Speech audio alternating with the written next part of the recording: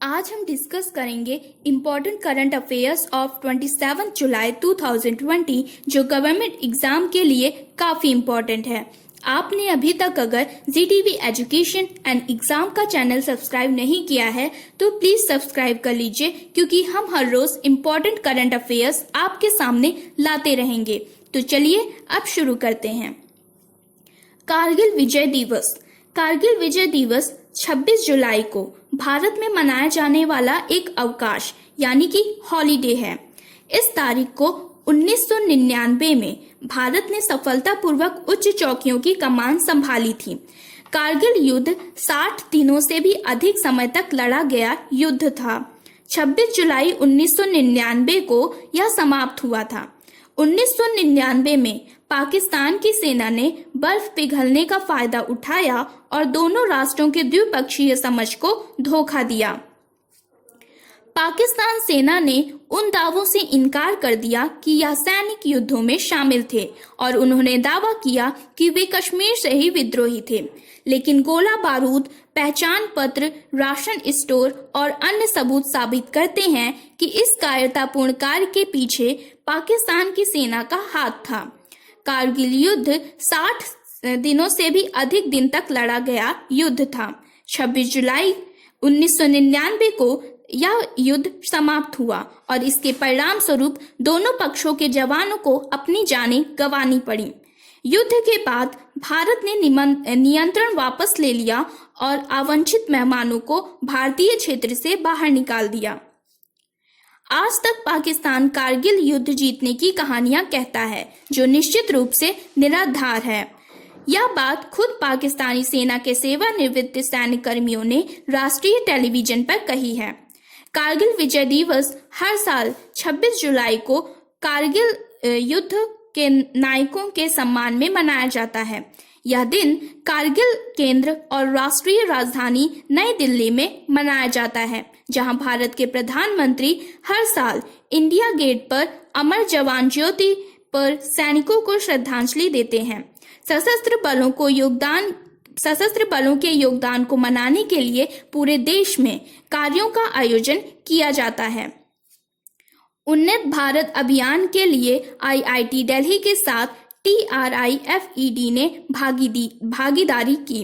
अब TRIFED का full form अगर हम इंग्लिश में देखें तो इसका होगा tribal cooperative marketing development federation of India, और अगर हम इसका हिंदी में अनुवाद करें तो वो होगा भारतीय आदिवासी सहकारी विपणन विकास महासंघ। तो भारतीय आदिवासी सहकारी विपणन विकास महासंघ यानी कि TRIFED ने IIT दिल्ली और विभिन्न भारती के साथ IIT दिल्ली में उन्नत के लिए साझेदारी की है। भारत अभियान मानव संसाधन विकास मंत्रालय MHRD भारत सरकार का एक प्रमुख राष्ट्रीय कार्यक्रम है। MOU आदिवासियों को नए प्रसंस्करण प्रौद्योगिकी यानी कि टेक्नोलॉजी, उत्पाद नवाचार, मेंटरशिप और परिवर्तनकारी डिजिटल सिस्टम से परिचित कराएगा। 2600 से अधिक संस्थान आजीविका के लिए कुशल आदिवासियों के लिए TRIFED के साथ भागीदारी करेंगे। सहयोग का उद्देश्य संबंधित मंत्रालयों, जिला प्रशासन, स्थानीय पंचायत राज संस्थानों यानी कि PRI, स्वैच्छिक संगठनों, आय हितधारकों और अन्य भाग लेने वाले संस्थानों के बीच जनजातीय आजीविका और आय सृजन कार्यक्रमों को बढ़ावा देना है। साझेदारी वन धन योजना के तहत स्थापित वन धन विकास केंद्रों के माध्यम से आजीविका को बढ़ाने में मदद कर सकती है। MOU के तहत माइनर फॉरेस्ट प्रोडक्शंस में लगे आदिवासी वनवासियों को नए processing technology, product innovation, mentorship, transformer digital system और हैंड होल्डिंग के लिए एक्सपोजर मिलेगा। MOU देश में सबसे अच्छे दिमाग के लिए स्थायी आदिवासी आजीविका की समस्याओं के लिए मार्ग प्रशस्त करेगा।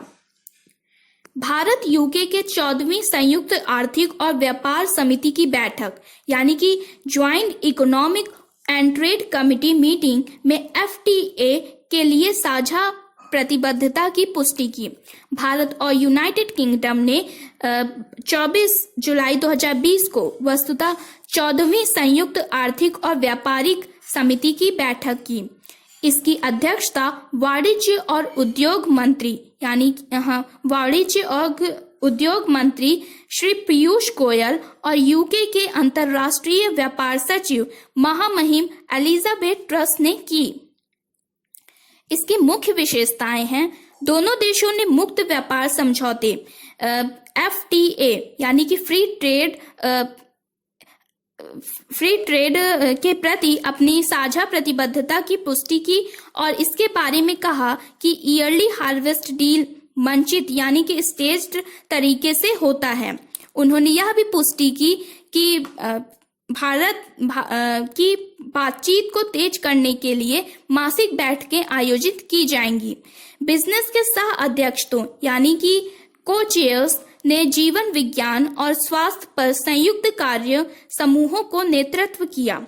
पिछले जेटको के दौरान गठित ICT और फूड एंड ड्रिंक ने मंत्रियों को अपनी सिफारिशें दी। दोनों देशों ने भारत और ब्रिटेन के बीच लंबे समय से चल रहे व्यापार और आर्थिक संबंधों को पुनर्जीवित करने की प्रतिबद्धता साझा की है। देशों ने विशेष रूप से कोविड-19 के वर्तमान महामारी को देखते हुए स्वास्थ्य क्षेत्र में सहयोग करने का भी संकल्प लिया। DST ने भारत रूस सहयोग, संयुक्त R&D और क्रॉस कंट्री प्रौद्योगिकी अनुकूलन का समर्थन करने के लिए 15 करोड़ रुपए का फंड लॉन्च किया।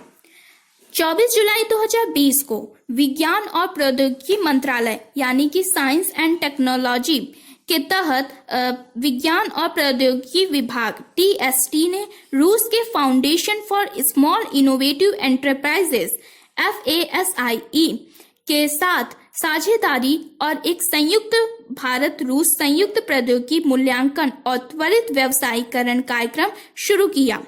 भारतीय पक्ष में कार्यक्रम को DST की ओर से federation of Indian chambers of commerce and industry FICCI द्वारा कार्यान्वित और वित्त पोषित किया जाएगा।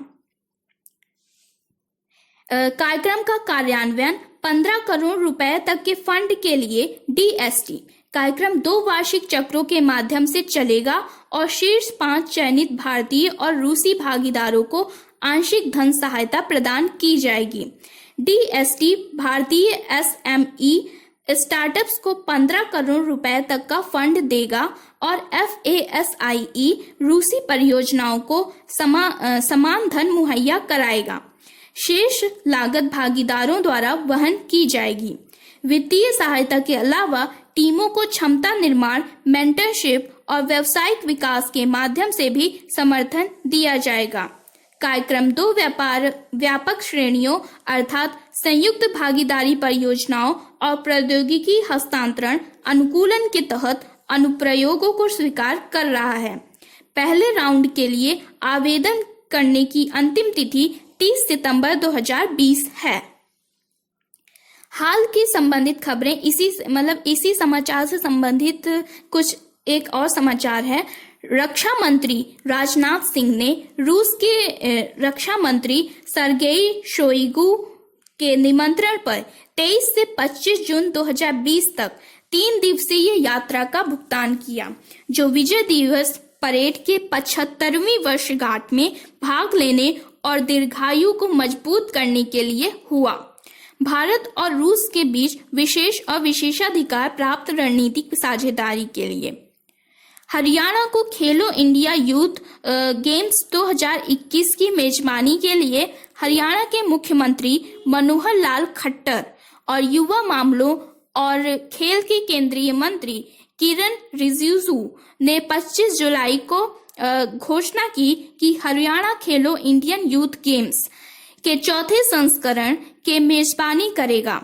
वर्तमान में खेल टोक्यो ओलंपिक के बाद होने वाला है। एक वीडियो कॉन्फ्रेंसिंग में खेल मंत्री किरण रिजिजू ने बताया कि 2021 खेलो इंडिया यूथ गेम्स हरियाणा के पंचकुला में आयोजित किया जाएगा। इस लाइन को मैं फिर से रिपीट कर रही हूँ एक वीडियो कॉन्फ्रेंस में खेल मंत्री किरण रिजिजू ने बताया कि 2021 खेलो इंडिया यूथ गेम्स हरियाणा के पंचकुला में आयोजित किया जाएगा। ये बहुत ही इम्पोर्टेंट है। मंत्री ने हरियाणा के खेल मंत्री संदीप सिंह, सचिव खेल रवि मित्तल और भारत के महानिदेशक खेल प्राधिकरण संदीप प्रधान की उपस्थिति में समाचार की घोषणा की। हरियाणा में बजरंग पुनिया, योगेश्वर दत्त, विनेश फोगट और साक्षी मलिक, पापा एथलीट दीपक मलिक, बॉक्सर अमित पंघाल और निशानेबाज मनु भाकर, संजीव राजपूत, अनीश भानवाला जैसे कई अभिजात्य एथलीटों के निर्माण का इतिहास है। इंटरनेशनल प्लेटफॉर्म पर भारत के लिए पदक जीते।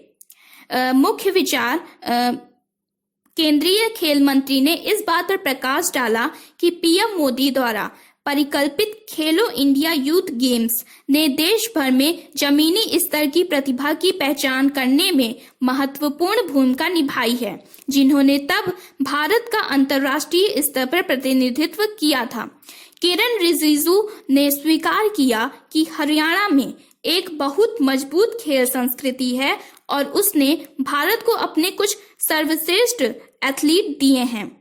खेलो इंडिया यूथ गेम्स आमतौर पर हर साल जनवरी में होते हैं। हालांकि इस साल कोविड-19 महामारी के कारण इसमें देरी हुई है। 10,000 से अधिक प्रतिभागियों वाले सभी राज्य खेलों में भाग लेंगे। हरियाणा के मुख्यमंत्री ने जानकारी दी कि आगामी कार्यक्रम भव्य होगा, क्योंकि पंचकुला एक बहु खेल कार्यक्रम के मेजबानी करने के लिए सर्वश्रेष्ठ खेल बुनियादी सुविधाओं से सुसज्जित है। हरियाणा का खेलो इंडिया युवा खेलों में पिछला प्रदर्शन। हरियाणा के मुख्यमंत्री मनोहर लाल खट्टर ने उल्लेख किया कि KYIG के तीनों संस्करणों में राज्य लगातार अच्छा कर रहा है। 2019 और 2020 संस्करण में हरियाणा दूसरे स्थान पर, जबकि KYIG के 2018 संस्करण में हरियाणा ने 102 पदक जीते थे, जिनमें से 26 रजत थे, 38 स्वर्ण थे और 38 कांस्य थे। मुख्यमंत्री ने यह भी बताया कि हरियाणा के कई एथलीटों को पहले से ही खेलो इंडिया योजना के तहत प्रशिक्षण दिया जा रहा है। खेलो इंडिया यूथ गेम्स। खेलो इंडिया यूथ गेम्स, जिसे पहले खेलो इंडिया स्कूल गेम्स, खेलो इंडिया यूथ गेम्स नया नाम है। इसका पहले नाम था खेलो इंडिया स्कूल गेम्स, ये इसका पुराना नाम है, के नाम से जाना जाता था, को सालाना जनवरी और फरवरी में आयोजित किया जाता था। भारत में राष्ट्रीय स्तर के जमीनी स्तर के खेल 2 श्रेणियों के लिए आयोजित किए जाते हैं। 21 कॉलेज के छात्रों और 17 साल के स्कूली छात्रों के अंतर्गत। खेलों में हर साल 1000 सर्वश्रेष्ठ बच्चों को रुपए की वार्षिक छात्रवृत्ति दी जाती है।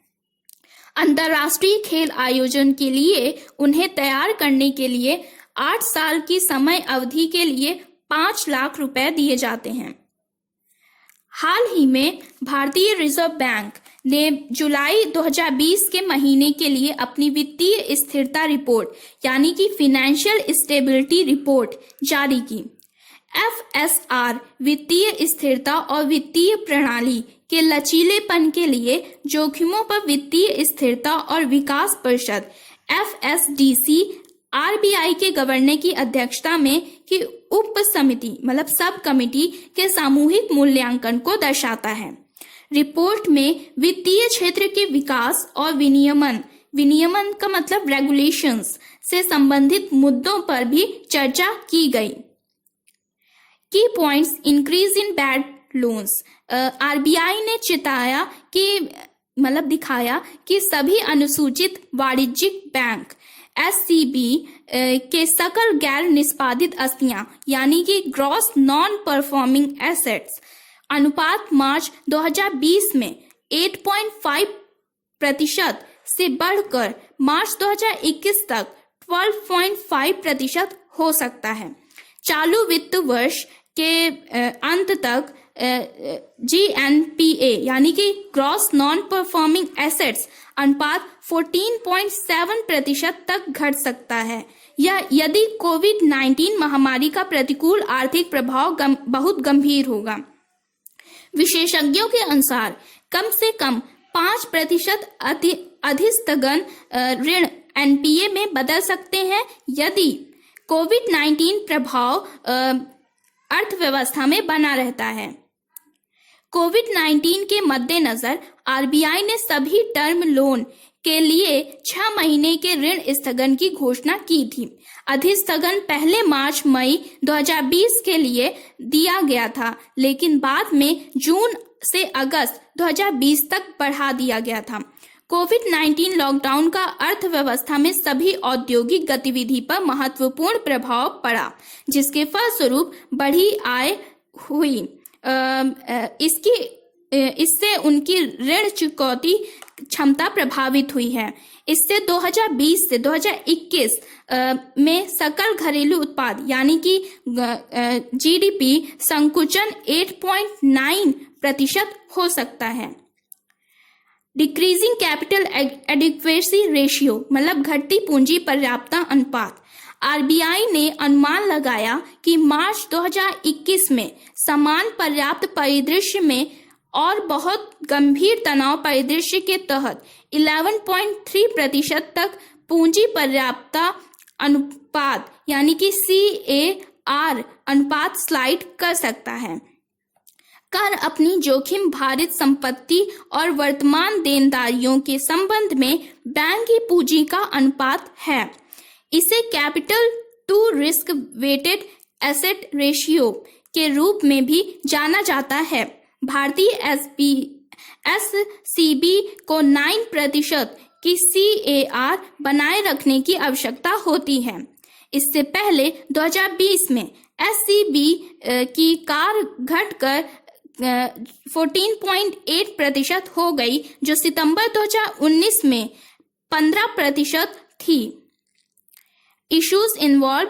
हाल ही में RBI के पूर्व गवर्नर उर्जित पटेल ने insolvency and bankruptcy code IBC और RBI की शक्तियों को कम करने के लिए सरकार की आलोचना की है। उन्होंने कहा कि इसने 2014 के बाद से खराब ऋण गंदगी को साफ करने के लिए कई किए गए प्रयासों को कम कर दिया है। सरकार मुख्य रूप से बचतकर्ताओं और उधारकर्ताओं के बीच कुशल मध्यस्थता के बजाय दिन प्रतिदिन व्यापक आर्थिक प्रबंध के लिए बैंकों के स्वामित्व का उपयोग करती है। बैंकों की खराब संपत्ति की गुणवत्ता, लाभप्रदता की कमी, पूंजी की हानि, अत्यधिक जोखिम, खराब आचरण और तरलता चिंताएं हैं। बैंक विफलताओं को दूर करने के लिए एक तंत्र की कमी भी है। गैर बैंकिंग वित्त कंपनियों NBFC और म्यूचुअल फंड पर तनाव वित्तीय प्रणाली पर एक दबाव के रूप में उभर रहा है। इससे निपटने के सुझाव भी दिए गए हैं कि सभी वित्तीय मध्यस्थों को वित्त वर्ष 2020 से 21 के लिए अपनी बैलेंस शीट, संपत्ति की गुणवत्ता, तरलता, लाभप्रदता और पूंजी पर्याप्तता पर कोविड-19 के प्रभाव का आकलन करने और संभावित समन उपायों को पूरा करने की आवश्यकता है। यह विचार अर्थव्यवस्था के विभिन्न क्षेत्रों में निरंतर ऋण आपूर्ति सुनिश्चित करने और वित्तीय स्थिरता बनाए रखने के लिए है। वित्तीय मध्यस्थों को उभरती आकस्मिकताओं के साथ जोखिम प्रबंधन करना चाहिए। जोखिम प्रबंधन में बफर्स का निर्माण और पूंजी जुटाना शामिल है, जो कोविड-19 द्वारा किए गए जोखिमों के खिलाफ बैंकों के आंतरिक बचाव को मजबूत करेगा और क्रेडिट प्रवाह भी सुनिश्चित करेगा। सार्वजनिक क्षेत्र के बैंकों यानी कि PSB और निजी बैंकों के लिए पूंजीकरण पुनः पूंजीकरण योजना, क्योंकि बैंकों की न्यूनतम पूंजी आवश्यकताएं अब घाटे को पूरा करने के लिए पर्याप्त नहीं हो सकती हैं। ऐतिहासिक नुकसान की घटनाओं के आधार पर बैंकों की न्यूनतम पूंजी आवश्यकताओं को कैलिब्रेट किया जाता है।